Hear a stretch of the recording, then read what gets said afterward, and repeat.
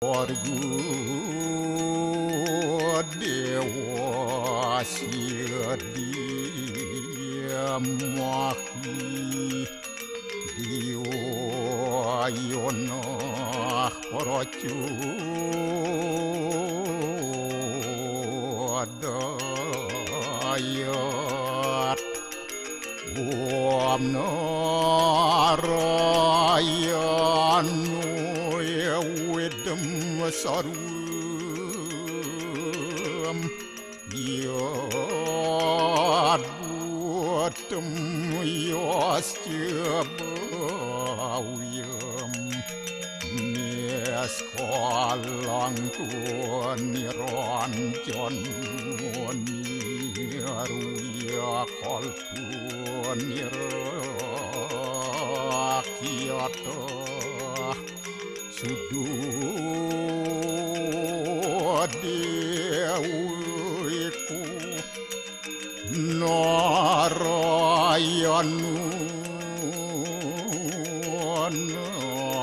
Naduyatyu Astiakastit Tuam siwa Tuam dewa Ia suara Param suara Warahma Wisnu Asya Rudrasya Warusah Paryaki Ratita Ampapukaram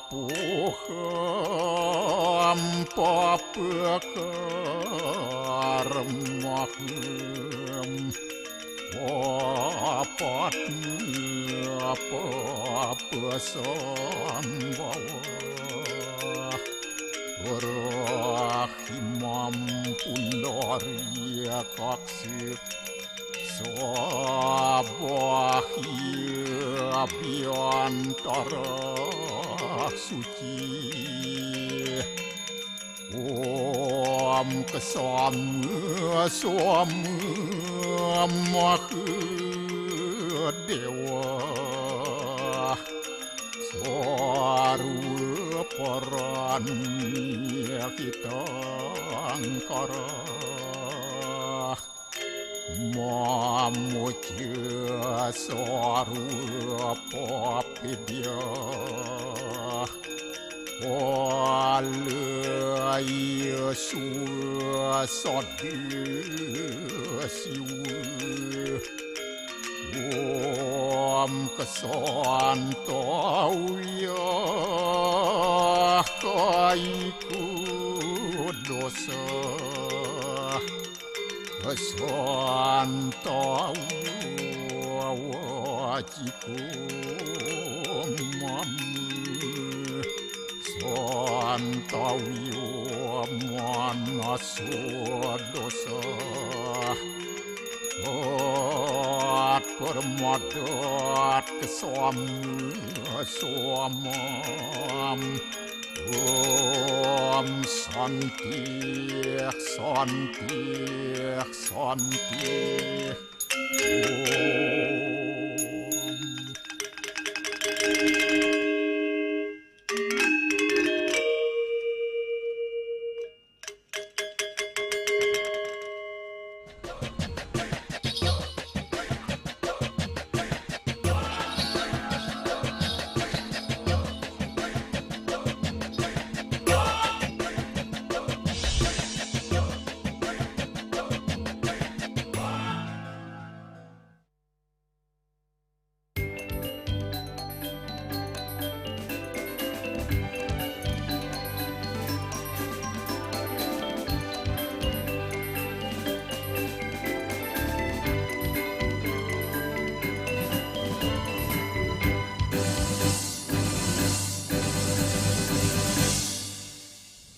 Om Swastiastu. Pemirsa Bali TV seputar Bali kembali hadir dengan menyajikan sejumlah informasi menarik untuk Anda. Di antaranya adalah Mencegah perundungan, pendidikan moral dan karakter wajib digalakkan kembali di lingkungan kampus.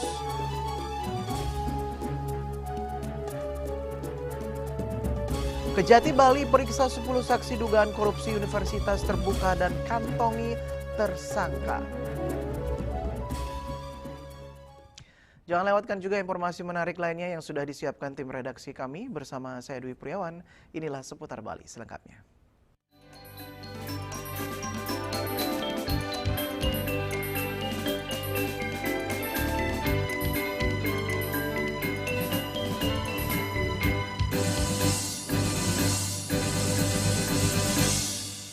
Pemirsa, upaya mencegah mahasiswa terjerumus ke hal-hal negatif seperti perundungan terus digencarkan di lingkungan universitas. Para akademisi berperan aktif melalui berbagai pendekatan untuk membangun lingkungan kampus yang sehat dan aman. Salah satunya adalah kembali menanamkan pendidikan moral dan karakter melalui mata kuliah Pancasila, kewarganegaraan, dan agama di kalangan mahasiswa. Menjadi persoalan serius yang disebabkan oleh berbagai faktor, baik dari lingkungan sosial, tekanan akademik maupun kurangnya pembinaan moral. Menyikapi hal tersebut, institusi pendidikan kini semakin menekankan pentingnya tindakan pencegahan, tidak hanya bagi mahasiswa tetapi juga seluruh sivitas akademika. Akademisi Profesor Dadang Hermawan menjelaskan terdapat dua pendekatan utama yang dilakukan kampus untuk menekan potensi perilaku negatif di kalangan mahasiswa, yaitu melalui unit kegiatan mahasiswa atau UKM. Pihaknya mendorong mahasiswa untuk aktif berorganisasi dan berkreasi agar waktu luang mereka diisi dengan kegiatan positif, bukan hal-hal yang merugikan. Pendekatan kedua dilakukan yaitu melalui pendidikan karakter dan motivasi dengan menyisipkan pembinaan ini dalam mata kuliah wajib seperti Pancasila, kewarganegaraan, dan agama. Selain itu, pihak kampus mewajibkan setiap dosen untuk menyisihkan 10-15 menit di awal perkuliahan guna memberikan nasihat, motivasi, atau pengarahan moral kepada mahasiswa. Kami kan tentu saja pertama lebih banyak melakukan kegiatan UKM ya atau ekstrakurikuler supaya bagaimana mahasiswa itu sebanyak mungkin melakukan kegiatan selain perkuliahan, mereka di waktu-waktu senggangnya ikut daripada kegiatan UKM itu supaya tidak ada waktu lagi untuk melakukan hal-hal yang negatif.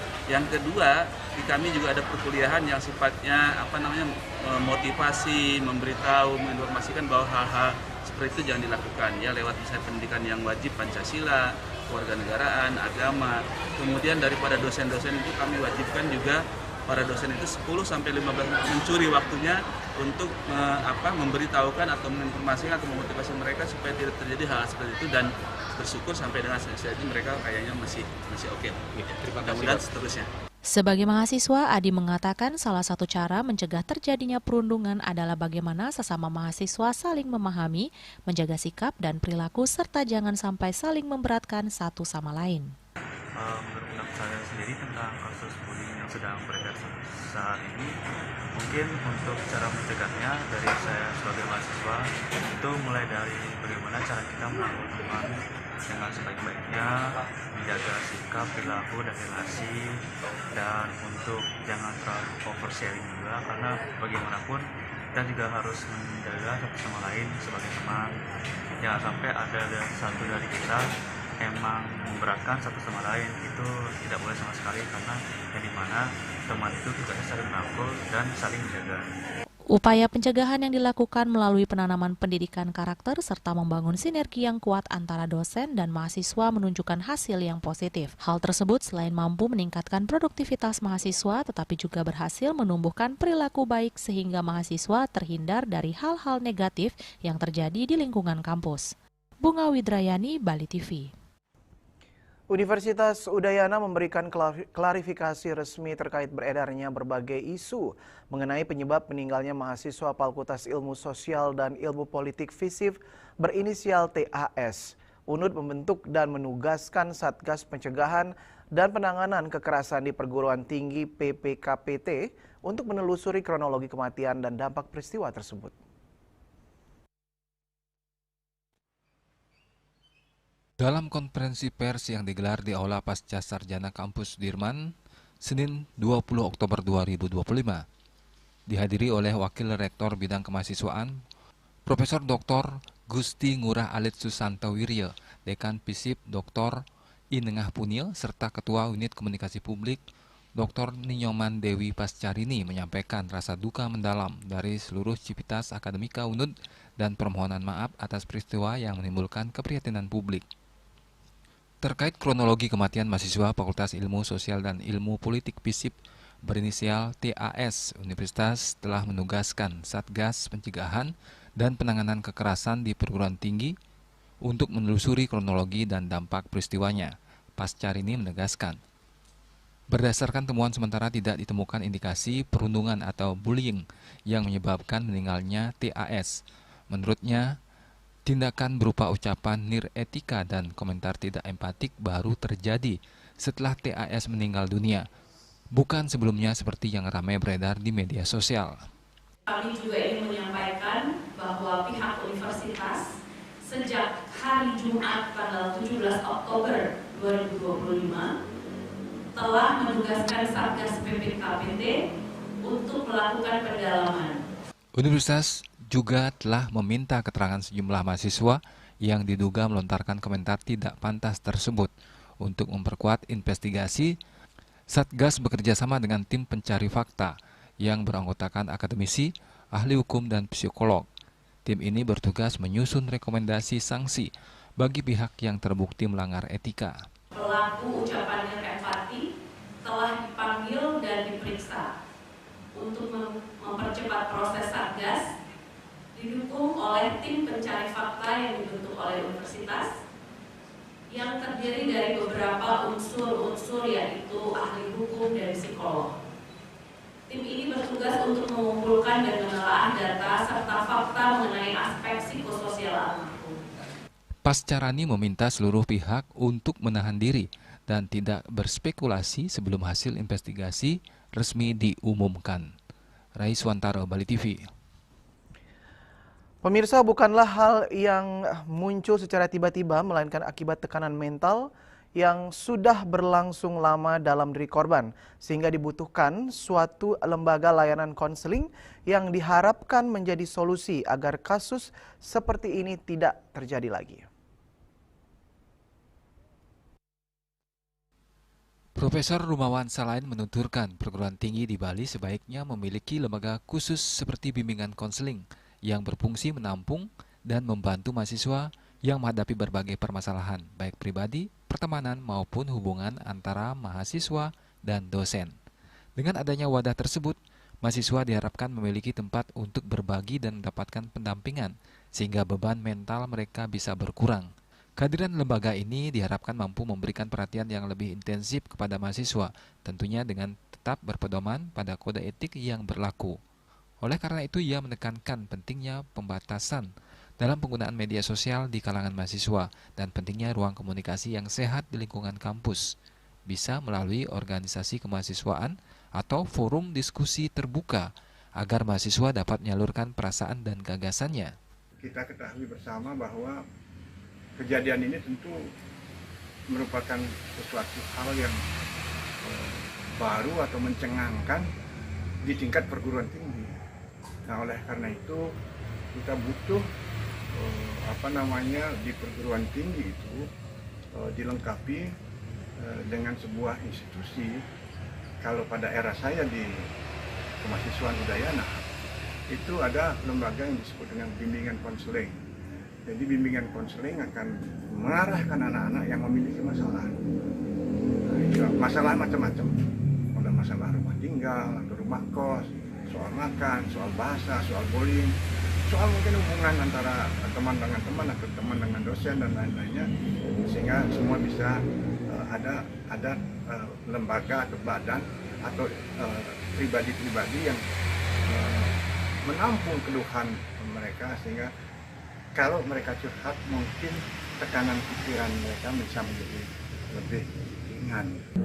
Saya memiliki pandangan bahwa sejak mulai ada media sosial ramai digunakan, tidak semua mudah bisa mencerna pendapat atau pandangan seseorang yang ditulis di dalam media melalui chat dan lain-lainnya, melalui WA, melalui Facebook, Instagram dan yang lain-lain. Karena memang mohon maaf, bahasa itu disampaikan tidak mungkin sejelas-jelasnya, biasanya agak singkat, sehingga dengan demikian makna yang bukan tunggal dan bukan ganda, mungkin berbagai makna artinya bisa akan keluar, sehingga ketika ada interaksi di antara seseorang dengan seseorang lain melalui media sosial, dia bagaikan main pingpong yang single, bolak-balik, sehingga pada puncaknya terakhir mungkin menemukan berbagai kasus yang terjadi antara pribadi dan pribadi. Kalau antara pribadi dan pribadi, lalu dengan ada pribadi-pribadi lain lagi yang mendesak dengan hal yang sama, jadi sepertinya dia diserang oleh beberapa orang dengan tindakan bully. Nah ini menurut saya memang harus kita sadari, mungkin perlu kita mengadakan pembatasan, pemanfaatan, atau mengertikan kepada anak didik kita tentang manfaat media sosial di dalam kegiatan atau kan pada era-era akhir ini. Oleh karena itu di mahasiswa maupun di tingkat SMA, saya berpikir mengusulkan ada ruang-ruang yang bisa dibangun di antara mereka yang tidak harus dikomunikasikan melalui media sosial. Melalui apa? Ya misalkan melalui organisasi-organisasi kesiswaan, organisasi kemahasiswaan yang bisa menyalurkan berbagai problem mereka. Upaya ini diyakini dapat membantu menekan angka kasus bunuh diri di Bali dan menciptakan lingkungan pendidikan yang lebih sehat. Bunga Widrayani, Bali TV.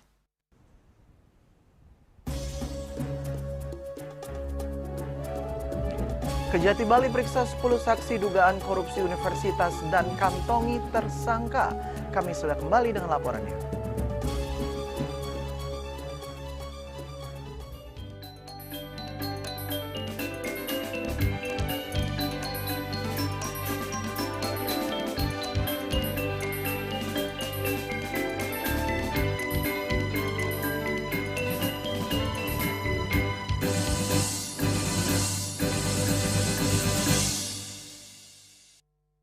Lambung apa 4 terobosan yang terbaik? Rido! Do! Seger-seger, luwak white coffee.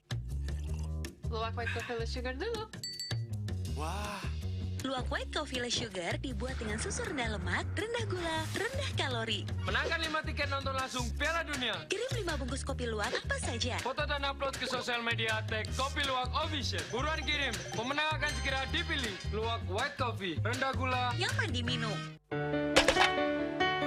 Emco, cat kayu dan besi. Musim hujan tiba, bencana banjir bisa mengancam jika kita tidak waspada. Kebiasaan buruk seperti membuang sampah sembarangan bisa menyumbat aliran air.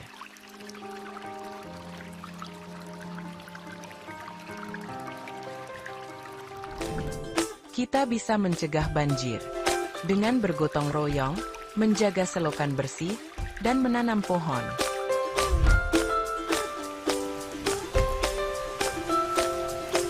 Siaga di musim hujan, jaga lingkungan kita. Bersama, kita bisa terhindar dari banjir.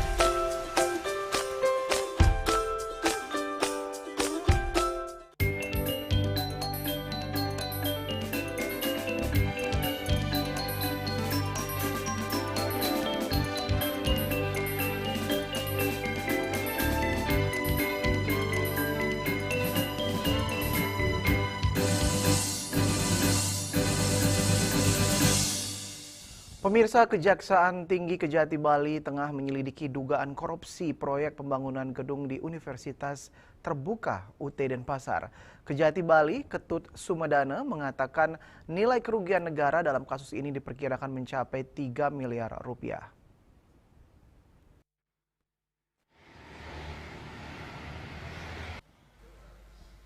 Inilah gedung baru Universitas Terbuka Denpasar yang berlokasi di Jalan Raya Sesetan, Banjar Tengah, Kelurahan Sesetan, Denpasar Selatan.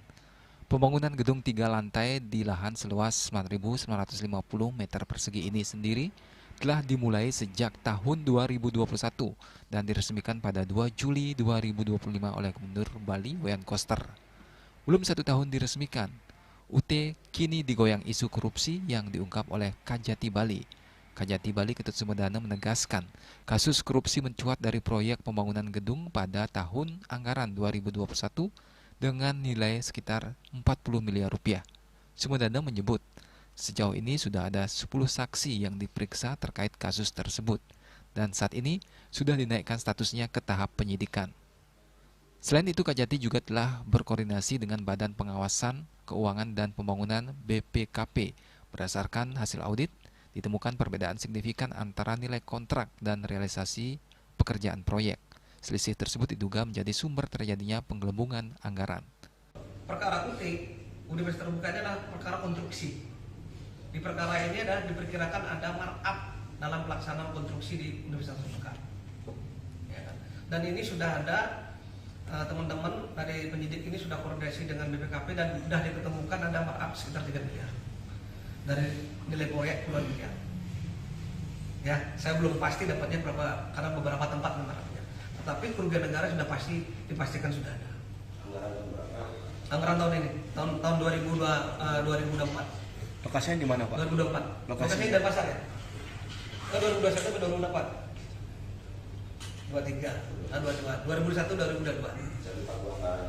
Dari apa berapa Mas? 40 M. Penyidik juga sudah memeriksa sejumlah saksi dan akan menetapkan tersangka dalam kasus ini. Ari Wiratmaja, Bali TV.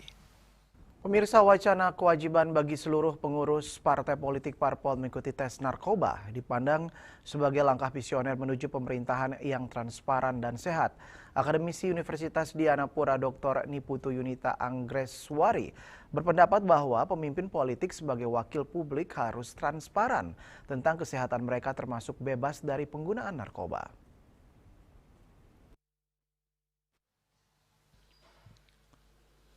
Kepala Bidang Kesatuan Bangsa Politik dan Perlindungan Masyarakat Kesbang Polinmas pemerintah membuka peluang bagi seluruh pengurus partai politik parpol di Badung untuk mengikuti tes narkoba secara gratis bekerjasama dengan Badan Narkotika Nasional BNN Kabupaten Badung.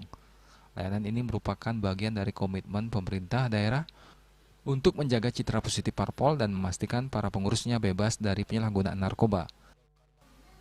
Akademisi Undiknas Putu Yunita Anggreswari menekankan pentingnya transparansi dan akuntabilitas bagi perwakilan politik. Dr. Yuni juga berpendapat bahwa pemimpin politik sebagai wakil publik harus transparan tentang kesehatan mereka, termasuk bebas dari penggunaan narkoba. Inisiatif ini dipandang sebagai langkah visioner menuju pemerintahan yang transparan dan sehat. Selain itu, penekanan pentingnya uji narkoba bagi para pengurus parpol ini sebagai akibat meningkatnya prevalensi distribusi narkoba dan perlunya tes narkoba yang komprehensif di semua sektor masyarakat, termasuk mereka yang ada di parlemen. Akademisi tersebut percaya bahwa penerapan langkah-langkah seperti itu akan berkontribusi pada sistem pemerintahan yang lebih bersih dan transparan. Jadi kalau menurut saya dari perspektif akademisi sebenarnya kan dari partai politik sendiri, anggota partai politik itu merupakan perwakilan dari masyarakat. Jadi sebagai perwakilan dari masyarakat seharusnya memang dibuat secara transparan. Nah, tidak hanya pelaporan dari aset, kemudian dari harta bawaan. Saya rasa salah satu langkah visioner ini, jadi kami sebagai masyarakat juga agar merasa terwakilkan dari beberapa anggota-anggota partai memang seharusnya juga melaporkan riwayat kesehatannya bahkan kalau perlu. Jadi ada kesehatan itu secara jasmani, secara rohani, itu penting untuk dilakukan, termasuk pula kami juga harus tahu bahwa memang perwakilan masyarakat yang nantinya akan mewakili kami untuk bersuara di parlemen itu adalah orang-orang yang memang bersih dan juga bebas dari narkoba. Tentu ini tanpa tujuan, jadi saya rasa sebuah langkah visioner ini yang menjadi tujuan utamanya adalah untuk mewujudkan pemerintahan yang sehat dan transparan. Selain berdampak positif dan potensial, pelaksanaan tes narkoba untuk pemimpin politik dipercaya akan mengarah pada pemerintahan yang lebih bersih dan transparan, berkontribusi pada perjuangan melawan narkoba yang sedang berlangsung dan meningkatkan kepercayaan publik terhadap perwakilan politik. Ari Wiratmaja, Bali TV. Suasana penuh semangat mewarnai kegiatan talk show bersama KPPI Bali yang diawali dengan senam Zumba dan lomba kreasi daur ulang sampah non-organik. Kegiatan yang mengangkut tema Perempuan Berdaya, Negara Berjaya ini digelar oleh Kaukus Perempuan Politik Indonesia atau KPPI Provinsi Bali sebagai bagian dari upaya memberdayakan perempuan di berbagai bidang termasuk lingkungan dan politik. Dalam kesempatan tersebut, pembina KPPI Bali Putri Swastini Koster menyampaikan pesan inspiratif kepada seluruh peserta. Ia menegaskan pentingnya kaum perempuan di Bali untuk terus meningkatkan kapasitas dan integritas, khususnya dalam ranah perpolitikan. Dengan talk show yang mengangkat tema Perempuan Berdaya, Negara Berjaya bersama KPPI Bali, ia ingin agar kekuatan dan potensi yang ada dalam diri kaum perempuan dapat diberdayakan baik secara internal maupun eksternal. Ketika perempuan berdaya, ia pasti akan berjuang sekuat tenaga bersama kaum laki-laki untuk membangun negeri. Swastini Koster menambahkan pemberdayaan internal berarti perempuan perlu terus meningkatkan kapasitas dan integritas diri. Sedangkan secara eksternal, perempuan yang aktif di ruang publik harus mencari kekuatan melalui pengalaman dan interaksi dengan berbagai pihak. Artinya perempuan perlu memperluas jaringan dan jam terbang agar semakin kuat dalam berkontribusi. Ketika perempuan berdaya, dia akan berdaya. Asalkan kita pergunakan daya yang kita miliki untuk hal-hal yang memberikan kemajuan positif yang konstruktif kepada arah pembangunan bangsa kita ini.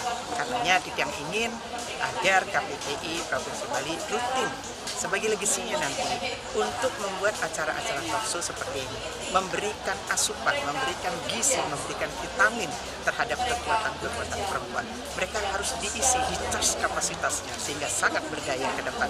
Terima kasih kepada KPPI Bali, teruslah berbuat karena daya itu harus diupayakan seterusnya. Sementara itu, Ketua KPPI Bali Niwayan Sari Galung menjelaskan bahwa salah satu program unggulan KPPI Bali adalah memberikan wawasan kepada perempuan di Bali melalui berbagai kegiatan inspiratif. Dalam kegiatan kali ini selain talk show juga digelar lomba kreasi daur ulang sampah non-organik yang diikuti oleh 9 peserta serta diramaikan oleh UMKM binaan KPPI Bali. KPPI Bali melaksanakan talk show setiap 3 bulan sekali dengan tujuan agar kapasitas perempuan semakin meningkat dan wawasan mereka semakin luas, terutama dalam menghadapi tantangan sosial dan politik saat ini. Jadi tentu talk show ini kita memberikan wawasan kepada para perempuan yang ada di Bali khususnya gitu, untuk bagaimana kita bisa siap tentang sosial, mentalitas kita dan cara kepemimpinan yang harus kita lakukan sebagai politisi gitu. Jadi untuk kita memberikan talk show ini mungkin ada sharing dari narasumber-narasumber yang andal, jadi kita mungkin bisa terbuka pikiran kita gitu untuk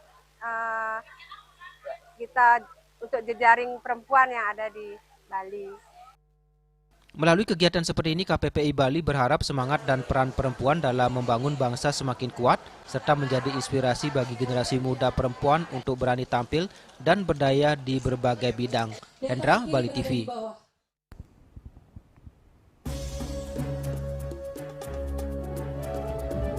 Kami akan segera kembali dengan informasi alih fungsi lahan tak terbendung sawah di Denpasar tergerus pembangunan.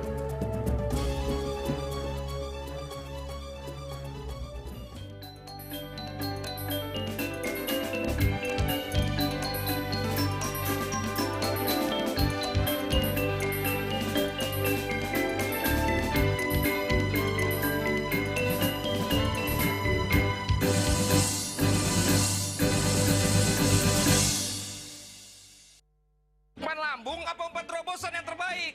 Rido! Do! Seger-seger, luwak white coffee. Luwak white coffee with sugar dulu.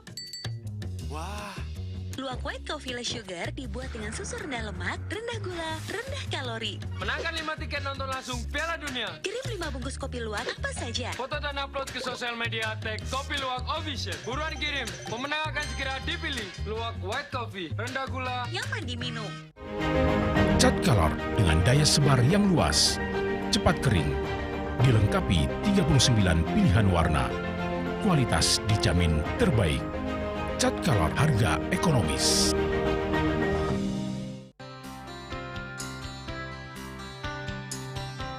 Puniki kemarjang disampun anak ke alit nek kuning. Metaplah kalem kebaos, mepandes utawi misangi mesin drama antar ketua Banjar Jakarta Selatan dengan di Jakarta Selatan para pinangita miwah tokoh-tokoh umat Hindu. Emansipasi miwah penyarengan kerama istri saha anggen cangin purikau wenten taler 6 TPS sanik kaayahin oleh kerama istri inggian ring TPS 6.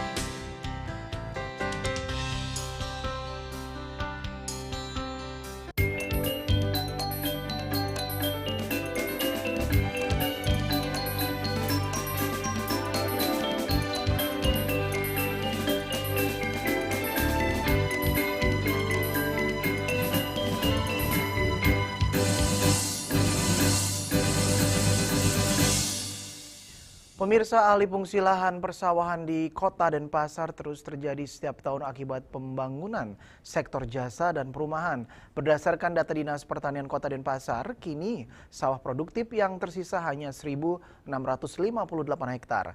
Melindungi petani dan lahannya, Pemkot telah memberikan insentif dan asuransi bagi para petani.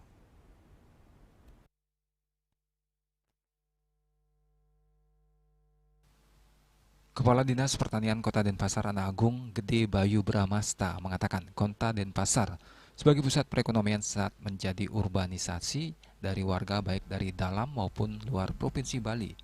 Dalam 4 tahun terakhir, penyusutan lahan pertanian cukup signifikan akibat pembangunan. Pada 2020 luas sawah masih 1.957 hektar, kini tahun 2024 tersisa 1.658 hektar. Meski pemerintah Kota Denpasar telah memiliki peraturan daerah Perda nomor 8 tahun 2021 tentang rencana tata ruang wilayah RT RW yang mengatur perlindungan lahan pertanian dalam kawasan pertanian pangan berkelanjutan KP2B, praktik alih fungsi lahan di luar kawasan lindung masih sulit dikendalikan. Pemerintah Kota Denpasar terus berupaya mempertahankan eksistensi lahan pertanian dengan berbagai langkah konkret seperti perbaikan infrastruktur irigasi sawah, pemberian bantuan benih dan pupuk kepada petani, serta program asuransi usaha tani padi untuk melindungi hasil panen dari potensi kerugian akibat bencana alam. Selain itu, para petani juga didaftarkan dalam program BPJS Ketenagakerjaan sebagai bentuk perlindungan sosial guna meningkatkan kesejahteraan dan keamanan kerja mereka. Semua kegiatan ini ada bertujuan untuk meningkatkan pendapatan.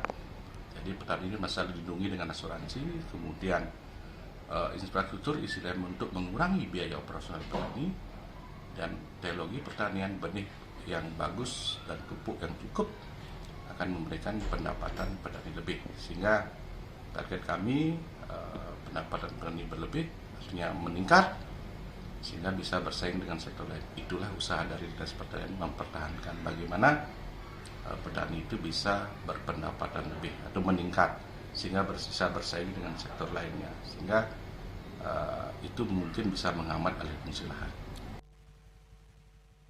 Langkah-langkah ini diharapkan dapat menekan laju alih fungsi lahan sekaligus menjaga keberlanjutan sektor pertanian di tengah pesatnya pembangunan kawasan perkotaan Denpasar. Winata, Bali TV. Penerapan konsep pariwisata berkelanjutan di Bali dinilai sudah mulai berjalan di berbagai sektor, namun masih menghadapi tantangan besar akibat pelanggaran di lapangan. Banyak oknum disebut masih berupaya mencari celah untuk mendapatkan keuntungan meski melanggar aturan yang telah disepakati.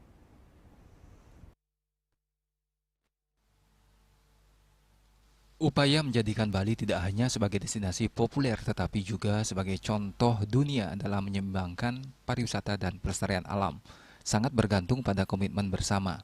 Konsistensi dalam menjalankan kebijakan yang sudah ada dinilai lebih penting daripada terus mengganti aturan setiap kali ada penggantian pejabat atau struktur pemerintahan. Pengamat pariwisata Yusdi Dias mengatakan, demi menciptakan keadilan dan efek jera, pelanggaran tata ruang maupun perizinan tidak hanya perlu dikenakan sanksi kepada investor, tapi juga kepada pihak yang memberikan izin. Dengan langkah tersebut, diharapkan semua pihak lebih berhati-hati dalam menjalankan kegiatan usaha pariwisata yang berdampak pada lingkungan. Satu komitmen bahwa kita mau berbenah, mau lebih baik. Dengan tidak terlalu kreatif, setiap ada pejabat baru atau ada komite baru, buat kebijakan baru. Yang sudah dibuat ini kan gak kurang orang pintar yang buat itu. Laksanakan biar ada konsistensi aturan gitu loh. Ya, konsistensi aturan ada, penegakan hukum atau pengawasan ada, aman gitu loh. Jadi misalnya kalau ada salah ya tegur aja gitu, bila perlu disanksi. Gitu. Dengan penerapan aturan yang tegas dan pengawasan berkelanjutan, Bali diharapkan mampu mempertahankan pesonanya tanpa mengorbankan alam dan kearifan lokal. Komitmen untuk berbenah dan disiplin menjalankan kebijakan akan menjadi fondasi utama menuju pariwisata Bali yang berkelanjutan dan berdaya saing global. Yana, Bali TV.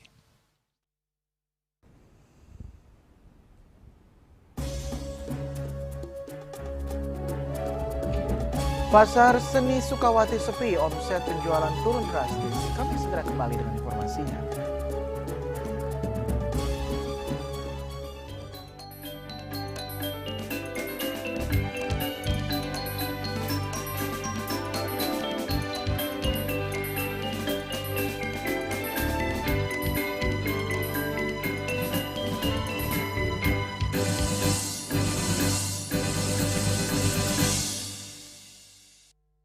Lambung apa umpan terobosan yang terbaik?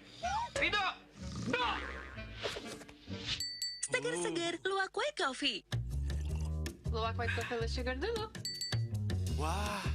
Luwak white coffee less sugar dibuat dengan susu rendah lemak, rendah gula, rendah kalori. Menangkan 5 tiket nonton langsung Piala Dunia. Kirim 5 bungkus kopi luwak apa saja. Foto dan upload ke sosial media tag Kopi Luwak Official. Buruan kirim, pemenang akan segera dipilih. Luwak white coffee, rendah gula, nyaman diminum. Untuk mewujudkan kelungkung yang unggul dan sejahtera dengan spirit Gemasanti, tidak boleh lagi ada anak yang terlahir kurang gizi atau stunting. Kita harus cegah bersama. Ayo, mulai dari sekarang. Pernikahan dan kehamilan harus direncanakan.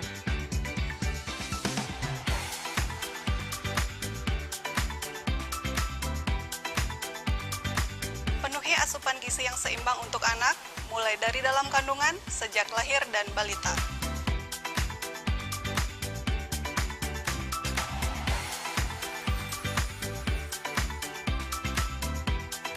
Jaga sanitasi dan kesehatan lingkungan.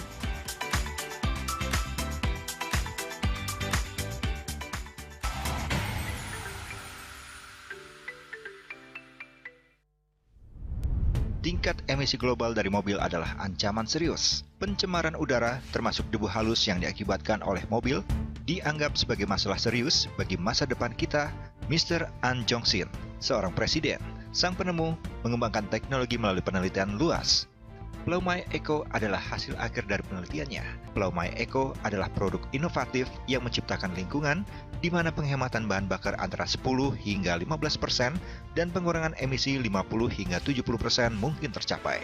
Mereka berkomitmen untuk terus berusaha mengurangi polusi udara di planet kita yang diakibatkan oleh mesin pembakaran dalam. Sebuah teknologi yang mengoptimalkan bahan bakar di mesin pembakaran dalam, Plaumai Eco. Setelah digunakan belt, mungkin seperti ini ya. Belt ini diikat kepada saringan bensin, saringan udara, dan ini masukkan ke bensin langsung, ya. Semudah itu? Semudah itu. Masa sih? Dan jadi hanya dimasukin? untuk sekali, untuk selamanya, tidak harus di-refill lagi, ya. Ini adalah salah satu kendaraan operasional. Terlihat kan bedanya? Nah, perubahannya kan? Signifikan ya, turunnya banyak ini. Pasti kamu masih nggak percaya kan? Iya, apakah di motor juga bisa kayak gitu? Nah, ya? ini nanti kita akan buktikan juga di motor ya. Nah, ini digunakan kembali di kendaraan motor yang besar ya, kapasitas tangkinya. Dan saya mendapat informasi, Karina, bahwa satu Plaumai Eco ini yang satu batang ini itu sebetulnya untuk 10 liter satunya. Nah, ini kembali kita akan lihat nih, Karina. Ini yang sudah, ini akan dikenakan, dimasukkan ya, Lume Eco-nya. Berapa tadi? Berapa bar ya? 2 ini bar 2. ya? Ini kurang lebih dicobanya 2 jam kemarin. Nah, ini sudah kurang lebih 2 jam nih.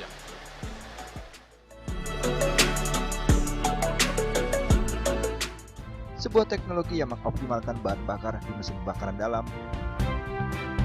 Lume Eco.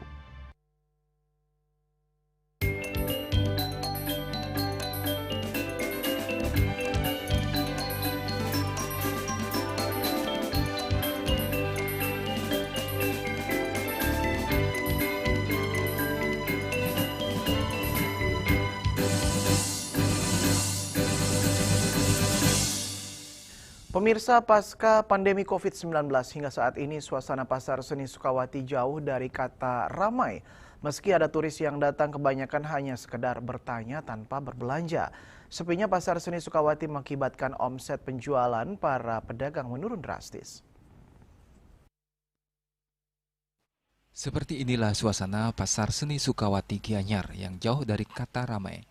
Kondisi ini jauh berbeda jika dibandingkan saat bangunan pasar seni belum disulap menjadi bangunan mewah seperti saat ini. Sepinya pengunjung berpengaruh pada omset penjualan para pedagang di pasar seni ini. Selain keadaan ekonomi yang semakin sulit, persaingan pasar oleh-oleh juga berpengaruh pada kunjungan wisatawan baik lokal, domestik, maupun mancanegara. Salah satu pedagang asal Banjar Babakan Sukawati, Amperawati mengaku omset penjualan menurun drastis jika dibandingkan dengan kondisi sebelum pasar diperbaharui. Meskipun ada tamu yang datang, kebanyakan hanya melihat-lihat, bertanya namun tanpa berbelanja. Ya gini dah kondisinya, ada tamu tapi tidak seperti dulu. Dulu kan mau belanja, sekarang lihat-lihat aja karena persaingan juga banyak. Sekarang ada tamunya, tapi itu udah lihat-lihat dulu. Tuh. Kalau Dumun? Dumun kan dia langsung belanja dia. Mungkin karena situasi dan kondisi kita nggak tahu ya. Hal senada disampaikan pedagang lainnya jika dibandingkan sebelum pasar direvitalisasi pada 2020 silam. Omset penjualan jauh menurun. Dulu omset per hari paling kecil 5 juta rupiah. Namun sekarang hanya 200 hingga 1 juta rupiah ketika musim liburan. Bahkan terkadang pulang dengan tangan kosong alias tidak dapat berjualan. Nah, kalau dari pasar lamanya lebih bagus dan penjualannya lebih bagus, lebih banyak, tamunya lebih banyak daripada yang penjualannya sekarang. Kalau sekarang seperti apa, Bu? Sekarang agak sepi, merosot jauh. Tamunya juga agak sepi sekarang semenjak COVID ya, daripada penjualan yang per hari berapa nih dapat penjualannya? Nggak tentu penjualannya nggak tentu sekarang. Nah, kedepannya mau lebih bagus lagi daripada yang sekarang. Ya. Para pedagang berharap pasar seni Sukawati sebagai sentra oleh-oleh kembali menggeliat. Sukma, Bali TV. Sementara itu pemirsa, sejumlah warga di Kuta Selatan menyayangkan hingga saat ini masih ada warga Badung belum optimal menikmati air bersih. Seharusnya pemerintah Kabupaten Badung bisa menuntaskan masalah air segera karena hal fundamental terkait kebutuhan hidup sehari-hari warga.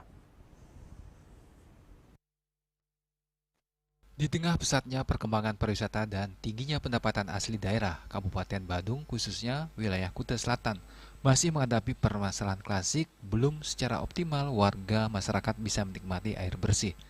Keterbatasan suplai air memaksa banyak warga seperti Pecatu dan sekitarnya untuk merogoh kocek lebih dalam demi membeli air bersih melalui mobil tangki untuk kebutuhan sehari-hari. Sejumlah warga di wilayah Kuta Selatan yang menyayangkan lambannya penuntasan masalah fundamental air bersih tersebut. Dan ada masyarakat di daerah Pecatu banyak mengeluhkan tentang kurangnya air di daerah Pecatu Nike karena kurang suplai air bersih ke sana, kurang bagus. Samping itu banyak yang masih beli air dengan tangki air, biasanya membeli ke orang di wilayah mungkin ada di bawah nih biasanya bertangki-tangki ini banyak belinya, dan saya harap Pemda Badung memaksimalkan untuk suplai air ke Bukit Nika biar lebih bagus, biar masyarakat menjadi lebih sejahtera Nika. Itu sudah seharusnya pemerintah Badung mensupport daripada warga Kuta Selatan agar semua diperlakukan adil, karena air itu merupakan sumber kebutuhan pokok. Kalau tanpa air, rasanya hidup di Kuta Selatan sangat-sangat sulit bagi saya. Begitu juga mungkin warga di sekitar Kuta Selatan. Untuk itu saya meminta dan memohon kepada Pemda dengan PAD yang begitu tinggi mengusahakan bagaimanapun caranya memberikan rasa nyaman, rasa adil kepada warga-warga yang ada di Kuta Selatan khususnya, sehingga rasa khawatir ke depannya tidak ada, sehingga kita bisa menikmati hidup dengan baik, begitu juga dapat bekerja dengan baik tanpa adanya beban. Setelah kita ke rumah sudah ada air, anak-anak yang kita punya, keluarga, istri, akhirnya nyaman dia, sehingga aktivitas untuk seterusnya dapat dilakukan tanpa beban. Direktur Utama Perumda Air Minum Tirta Mangutama Kabupaten Badung Wayan Suyase mengatakan, untuk mengatasi permasalahan air di kawasan Kuta Selatan, pihaknya melakukan berbagai upaya jangka pendek dan panjang, termasuk peningkatan kapasitas produksi dan pembangunan pipa bawah laut. Dan kami untuk menambah suplai ke selatan, kami memasang pipa yang tadi kami sampaikan itu lewat laut. Kenapa lewat laut? Agar lebih tidak mengganggu masyarakat. Kalau di jalan itu pasti akan membuat kemacetan karena jalan kita kecil dan juga sangat ramai. Dan kalau di laut bisa meminimalis kemacetan dan juga target-target yang kita lakukan pemasangan, target kami 4 bulan ini sudah selesai. Ya. Jadi dengan terpasangnya pipa tersebut, maka akan bisa tambahan suplai ke daerah Pecatu, sehingga masyarakat yang di sana selama ini mungkin belum maksimal kami layani bisa lebih maksimal. Upaya tersebut dapat segera terrealisasi penuh dan tuntas sesuai target pemerintah kabupaten pada akhir tahun 2025 untuk mengatasi permasalahan air bersih di Badung. Yana, Bali TV.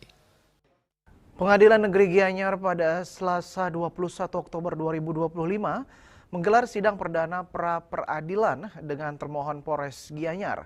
Sidang berjalan singkat karena tidak hadirnya pihak termohon dalam persidangan.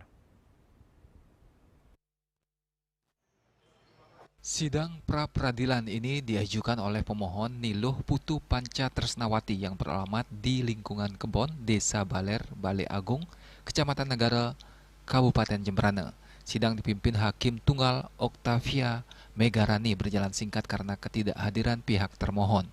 Pra-peradilan ini diajukan karena penetapan pemohon sebagai tersangka dalam dugaan tindak pidana pencurian atau persekongkolan kejahatan sebagaimana dimaksud dalam pasal 362 KUHP junto pasal 56 atau pasal 480 KUHP oleh Polres Gianyar. Melalui kuasa hukumnya dari kantor hukum PBH Kris Bali, IGD Sumarjaya mengatakan permohonan diajukan untuk menguji kebenaran dalam proses penyelidikan dan penyidikan, penetapan tersangka, penangkapan, dan penahanan itu sah atau tidak terhadap kliennya karena pihak termohon tidak hadir sehingga sidang ditunda 2 minggu mendatang. Ya, permohonan yang kami ajukan tentang hak kami karena kami menganggap bahwa mau menguji kebenaran apakah proses penyidikan dalam penetapan tersangka, dalam penangkapan, penahanan dan penyitaan itu adalah sah atau tidak. Jadi kami bisa melakukan uji kebenaran itu melalui proses peradilan. Bermula dari peminjaman mesin EDC Bank BRI, kemudian dipergunakan di luar kota Gianyar, tetapi penanganan prosesnya kalau dilakukan di Gianyar. Jadi menurut kami nanti kita buktikan apakah proses itu benar atau tidak.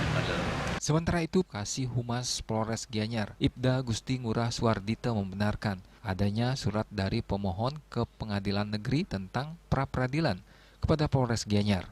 Polres Gianyar telah menerima surat pemberitahuan tersebut dan sedang dipelajari proses hukum dan proses penyelidikannya oleh Bidkum Polda Bali. Pra-peradilan tersebut merupakan hak dari masyarakat untuk mendapat kepastian hukum. Sementara terkait ketidakhadiran dalam sidang perdana, menurutnya karena belum mendapat informasi terkait jadwal persidangan. Untuk hal ini, bahwa Polres Gianyar sudah menerima pemberitahuan tersebut dan sedang dipelajari proses hukumnya atau proses penyelidikannya terkait surat permohonan tersebut oleh Bidkum Polda.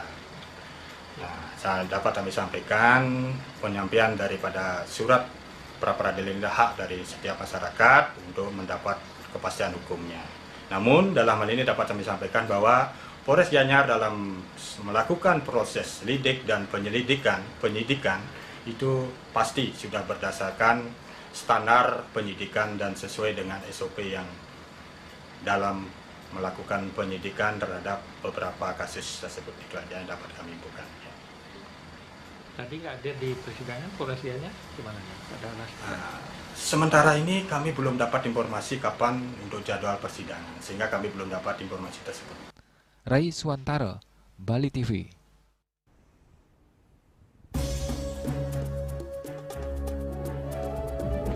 Pemirsa, jangan beranjak dulu, kami segera kembali dengan laporan Pelebon prosesi upacara pemakaman untuk bangsawan atau raja-raja di Bali.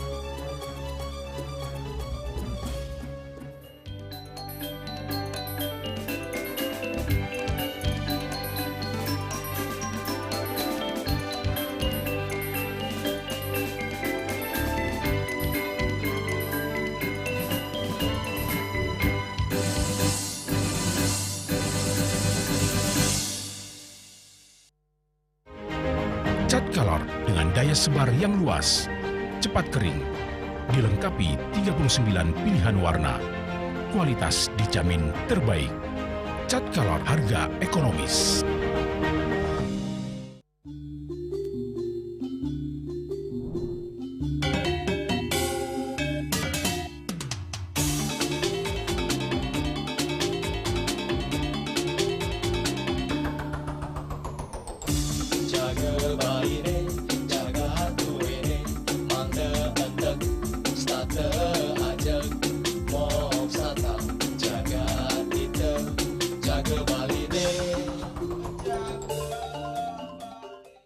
Ngepat juga ya, bunga 4 tumpang alit-alit iki papat ngangen sampian busung medulang lindung wasani nganggo bayu kon ora kepikalpo langsung personelipun dari 8 yang dipergunakan pada saat orang yang kena musibah di jalan, kita memanggil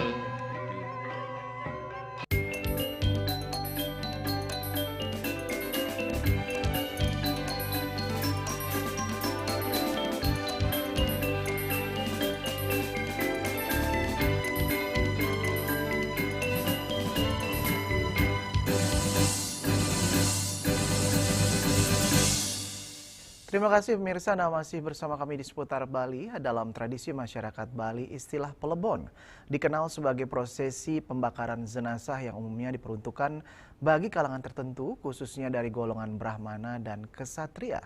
Golongan Brahmana yang dimaksud ialah seorang sulinggi atau pendeta suci, sedangkan Kesatria merupakan kalangan bangsawan atau penglingsir puri yang memiliki kedudukan tinggi dalam struktur sosial masyarakat Bali. Upacara Pelebon biasanya digelar dengan skala yang jauh lebih besar dibandingkan dengan ngaben biasa. Meski keduanya memiliki tujuan serupa, yaitu penyucian roh agar mencapai kedamaian abadi, namun Pelebon dilaksanakan dengan persiapan panjang dan melibatkan rangkaian upacara yang megah.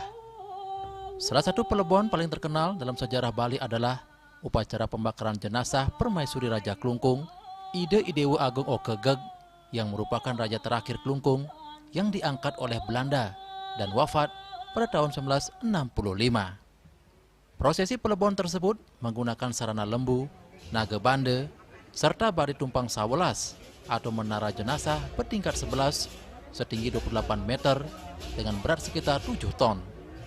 Sebanyak 350 warga secara bergantian mengusung badai itu sejauh 100 meter dalam satu kali putaran, disaksikan oleh ribuan masyarakat yang memadati jalanan Klungkung kala itu. Sebelum pelaksanaan upacara, jenazah biasanya disemayamkan terlebih dahulu di Puri sejak hari meninggal dunia hingga tiba waktu pelaksanaan pelebon. Selama masa penyemayaman, keluarga dan masyarakat akan melakukan berbagai persiapan ritual. Halo. Lanjut. Lanjut, saban. Putar.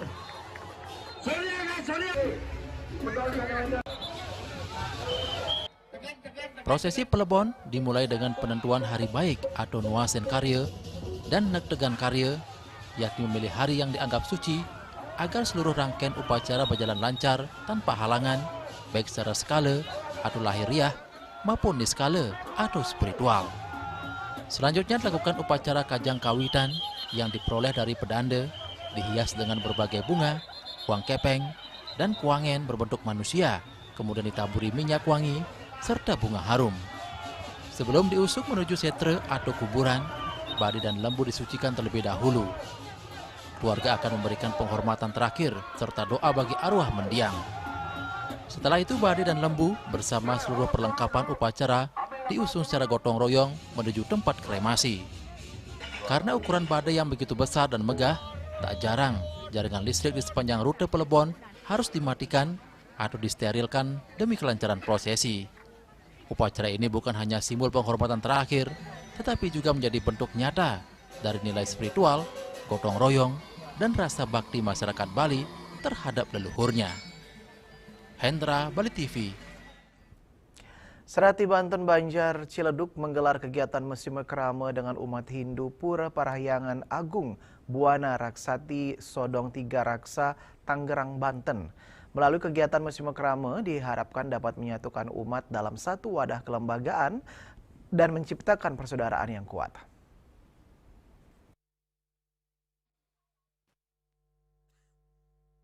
Puluhan umat Hindu yang tergabung dalam Serati Banten Banjar Ciledug turut ikut hadir Mesime Krama dengan umat Hindu Pura Parahyangan Agung Buana Raksati Sodong Tiga Raksa Tangerang, Banten. Kegiatan diawali dengan bersembahyang bersama, memberikan tali kasih dana punia, memberikan berupa alat upacara keagamaan Hindu, dan lainnya. Salah satu Ketua Serati Banten Banjar Ciledug Nimade Switri dan juga Ketua Sukaduka Hindu Dharma Banjar Sodong Tiga Raksa Imade Budi Hartawan mengatakan Mesime Krama adalah untuk menjalin hubungan persaudaraan dan harmonisasi melalui dialog langsung untuk saling bertukar pikiran, berbagi informasi, dan membangun pemahaman yang sama. Kegiatan ini juga bertujuan untuk memperkuat karakter, membangun cita rasa dengan memupuk rasa saling hormat menghormati. Nimade Switri juga mengatakan kegiatan tersebut juga merupakan wujud syukur telah suksesnya karya Pujo Alingin Terlinggi Pura Dharma Sidi Ciledug. Di tahun 2026, tepatnya 23 Desember 2026, yaitu acara kami Terlinggi Parahyangan Agung Buana Raksati membagi antara berkarya, mohon doa dan dukungannya dari Mbok Nitiang beserta pasukannya Niki yang saking Banjar Ciledug. Tentu tidak bisa nih kalau nggak dibantu Mbok Nitiang, kita tidak bisa terus terang. Sudah drop duluan, tapi Mbok yang mau datang sudah semangat lagi gitu. Jadi harus bagaimana sih? Harus tahu apa harus menangis gitu. Jadi pasukannya waktu semua Niki ya. Juga sudah bentuk nyata, juga ada Upur Rengge Niki dari Banjar Ciledug kan sudah Sungkaro sebelum, karena pengalaman dari Banjar Ciledug Pak Ketua Banjar Pak Ade, kami ada pengalaman Upur Rengge ini bisa dipakai. Kami sebenarnya acara sudah berjalan dengan baik, umat Sumatera juga, Sumpun Sodong juga membantu dalam kegiatan Pujo Wali tadi, sehingga kami saling adanya kerjasama Mesime Krama. Hal momen inilah kita sujud bareng kepada Ring Puro ini, rasa sukses maning mana atas anugerahnya sehingga acara kembali berjalan dengan lancar. Saling support kami antar Banjar. Apalagi sama Serati itu sudah ada kerjasama yang baik. Dimanapun Puja Wali Provinsi Banten kita mengadakan kerjasama, saling nanya bersama apa yang mesti kita bisa lakukan untuk keseluruhan yang baik dan tuntas sesuai slogannya kita saling asih. Dari Tiga Raksa, Juli Suwarte dan Ketut Sumadiasa melaporkan. Pemirsa, wacana kewajiban bagi seluruh pengurus partai politik parpol mengikuti tes narkoba dipandang sebagai langkah visioner menuju pemerintahan yang transparan dan sehat. Akademisi Universitas Dianapura Dr. Niputu Yunita Anggresswari berpendapat bahwa pemimpin politik sebagai wakil publik harus transparan tentang kesehatan mereka termasuk bebas dari penggunaan narkoba.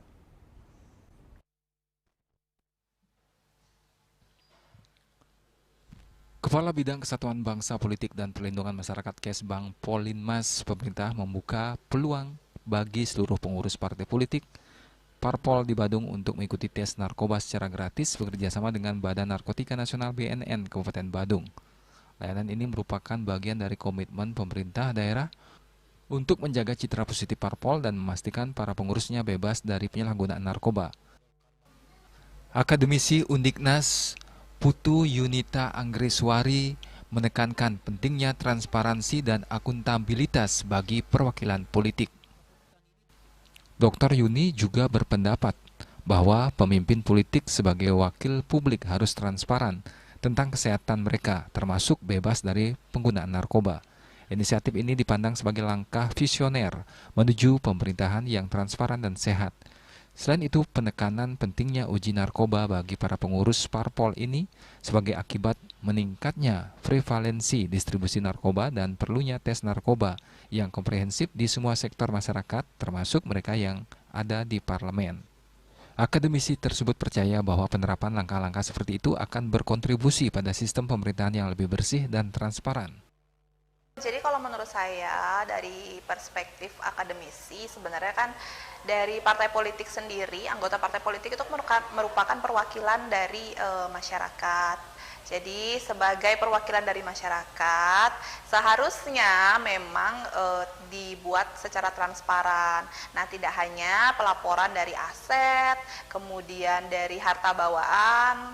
Saya rasa salah satu langkah visioner ini, jadi kami sebagai masyarakat juga agar merasa terwakilkan dari beberapa anggota-anggota partai memang seharusnya juga melaporkan riwayat kesehatannya bahkan kalau perlu. Jadi ada kesehatan itu secara jasmani, secara rohani itu penting untuk dilakukan, termasuk pula kami juga harus tahu bahwa memang perwakilan masyarakat yang nantinya akan mewakili kami untuk bersuara di parlemen itu adalah orang-orang yang memang bersih dan juga bebas dari narkoba. Tentu ini tanpa tujuan, jadi saya rasa sebuah langkah visioner ini yang menjadi tujuan utamanya adalah untuk mewujudkan pemerintahan yang sehat dan transparan.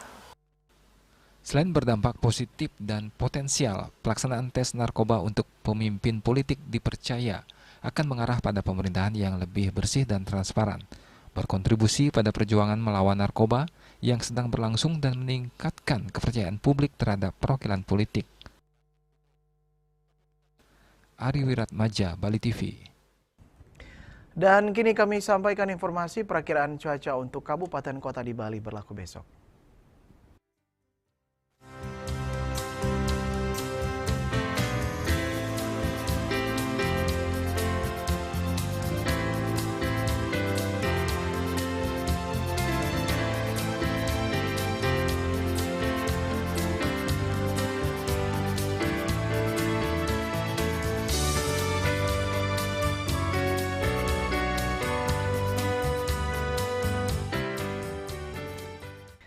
Kami mohon maaf pemirsa untuk perakiraan cuaca berlaku untuk hari ini seputar Bali bersama Minyak Apun Ganapati, Usada Bali Keluarga Sehat. Update terus informasi Anda dengan subscribe dan like YouTube channel Bali TV @News Bali TV. Mewakili redaksi yang bertugas, saya Dwi Priawan pamit undur. Terima kasih atas perhatian Anda dan sampai jumpa. Om Santi Santi Santi Om.